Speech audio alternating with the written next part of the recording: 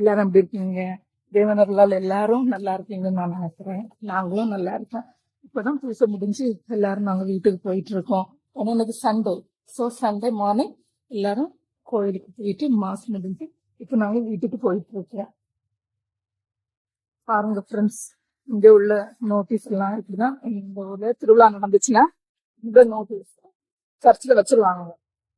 நம்ம எடுத்து அதை பார்த்துக்கலாம். இந்த ஊரு எந்த டேட் எப்போ தொடங்குது முடியுது, அந்தந்த டேட்ல என்னென்ன ப்ரோக்ராம்ஸ் அப்படி இப்படின்னு எல்லாம் இதுல இருக்கும். ஃப்ரெண்ட்ஸ், இப்போ பாருங்க நம்ம போடிய ரோட் எப்படி இருக்குன்னு.